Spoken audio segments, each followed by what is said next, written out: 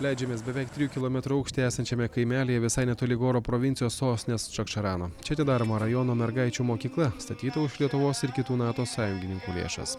Tai tik vienas iš daugiau nei 200 projektų, kuriuos padėjo įgyvendinti Lietuva.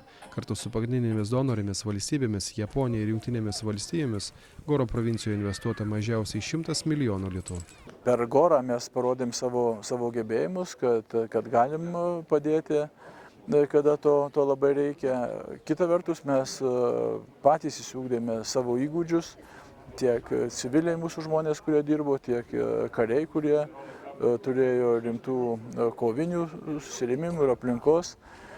Ir manau, kad mūsų dalyvavimas tarptautinėje pajėgų bendrijoje tikrai duoda užtikrintumą, kad esant reikalui Lietuva taip pat sulauks savo partnerių paramos.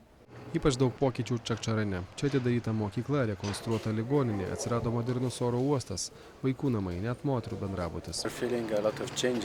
Šiandien mes jaučiame didelius pasikeitimus dėl tarptautinės bendruomenės paramos. Mūsų žmonės, ypač Goro gyventojai, turi ligoninę, turime kur gydytis. Sunkiai pasiekiamoje ir vienoje skurdžiausių Goro provincijų Lietuvos kariai tarnauja nuo 2005 metais. Vėliau čia pradėjo veikti specialioji misija. Padėtis prieš 5 metus buvo tikrai sudėtinga, tačiau lietuviai puikiai apmokė vietinės pajėgas. Dabar policija gali pati vykdyti net ir sudėtingiausias operacijas. Mes kalbam, kaip apsaugoti šalį, mes nekalbam apie karą. Manau, kad lietuvių pajėgos rodo, kad palaikyti saugumą įmanoma. Lietuviams pavyks perduoti atsakomybę Afganistano saugumo pajėgoms, joms suteikti galimybę treniruotis ir mokytis.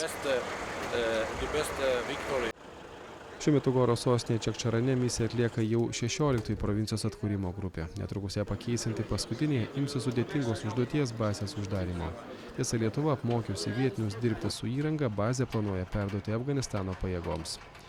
Šiemet karų įšalintą šalį paliks ne visi mūsų kariai. Jau 10 metų pietų Afganistane veikiantis specialiųjų operacijų pajėgų eskadronas Aitvaras kartu su Jungtinių valstijų ir kitų šalių kariuomenės elitu namo grįš ne anksčiau kaip kitais metais.